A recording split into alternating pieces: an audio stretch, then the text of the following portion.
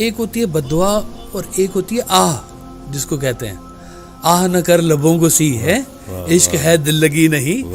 तो ये जो लफ्ज मुंह से निकल जाते हैं ना, इसको कहते हैं बद्दुआ।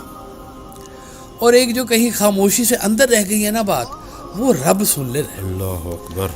वो कहते हैं किसी गरीब की या किसी की आह ना लेना। आह से कहते हैं आसमान के रास्ते खुल जाते हैं, आसमान फट पड़ता है।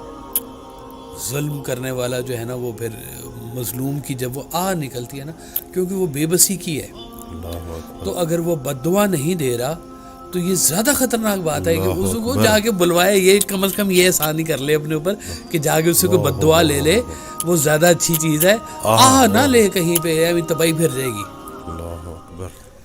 एक पिंजरे में कैद पंछी की तरह इंसान होता है।